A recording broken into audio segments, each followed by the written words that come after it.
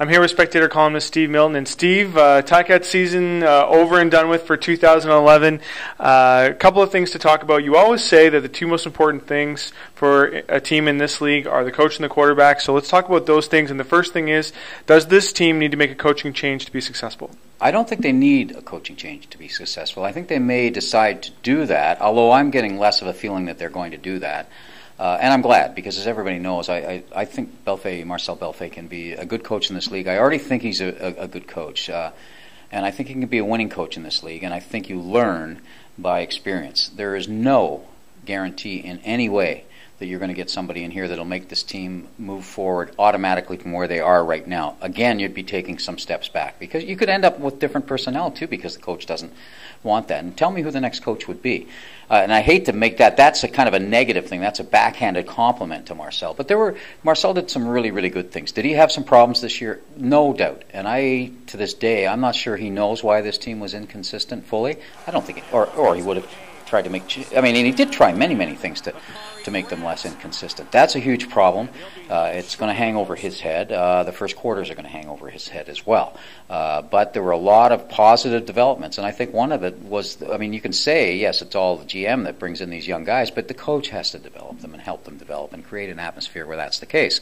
So I don't think they have to make a coaching change. That doesn't mean that they won't. Quarterback is the next area that has been a concern with this team for much of the year. Should Kevin Glenn continue to be the starter, or do they need some fresh blood to be successful? Well, if you're going to say that and most people in Catland are saying this right now, certainly if we go by the blogosphere, and those are the people that really care, those are probably the people that pay the most attention to, that you have to fire a coach because he didn't take you over the top. Well, I think you have to say the same about the quarterback. And the difference there, of course, is that this is the only head coaching position that Marcel Belfait's had. So you don't know what his ceiling is at the moment. Kevin's been in this league now, how many years, Ruth? 8 or 9 or not 10 or 11? Yeah, so there's that. And we both like the guy. I think we both say that. And he's been tremendous for this community. But I think for sure they'll probably do something there. I don't know what it is they're going to do. The Henry Burris option's out there. But that would be, and you feel that would be the same situation where you'd have a guy in behind. Henry wouldn't necessarily even come here if he unless he thought there will be no number 2 quarterback, essentially, not a number 2 that can play number 1. And I think you've got a number 2 that can play number 1 here right now. Do you make him number 1? Do you take a look at the future number 1? Do you get some real hot shot out of college this year? And you can bet they'll be watching the goals real carefully. They have to decide, with or without Marcel Belfait, are they going younger at quarterback, in other words, developmental?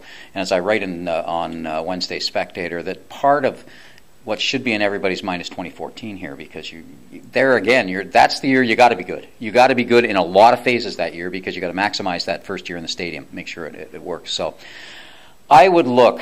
My guess is you're going to see an off-season signing of a younger quarterback, not necessarily to be number 1 next year, but a guy who has number 1 written all over him.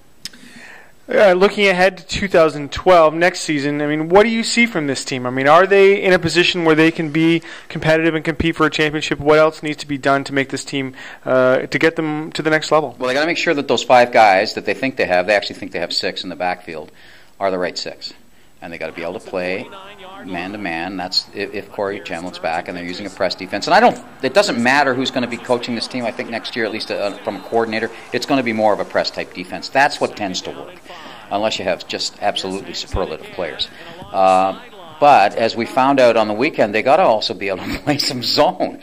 They had no clue what they were doing out there half the time with the zone, even though the points don't show it on the scoreboard. So are those the right guys? That has to be determined. I think suddenly, near the end of the season, there are some issues about both sides of the line. They got murdered in the trenches, and that shouldn't happen. Not on a cold weather day when the trenches make all the difference. They got to look at that. I like them at receiver. I think they need a second running back that gives them that other type of running game that we saw. I think, again, we've said this many times. Back in Moncton, when the Cats looked at their offense, I think they saw God. And then Terry Grant, I should say, got hurt. They need a Grant clone to complement and augment Coburn. And I think then that's what they'll want, that kind of situation. I think they're real close. But there's going to be some attrition. They're going to lose some players. So now how do you replace Hickman? What do you do with Stevie Baggs? All of those kinds of things. So that's the way the CFL is, but I think they got a pretty good core. I think they can challenge. I mean, what's to say they won't? I mean, they could have beaten Winnipeg this year. They just didn't. And that's what it comes down to. Could have, but didn't. Make sure you check out Wednesday Spectator for Steve's column and for my season wrap-up as well. I'll be in Vancouver covering the Grey Cup on the weekend, so make sure you check out the Scratching Post blog for all the up-to-the-minute news there. For the Hamilton Spectator, with Steve Milton, I'm Drew Edwards.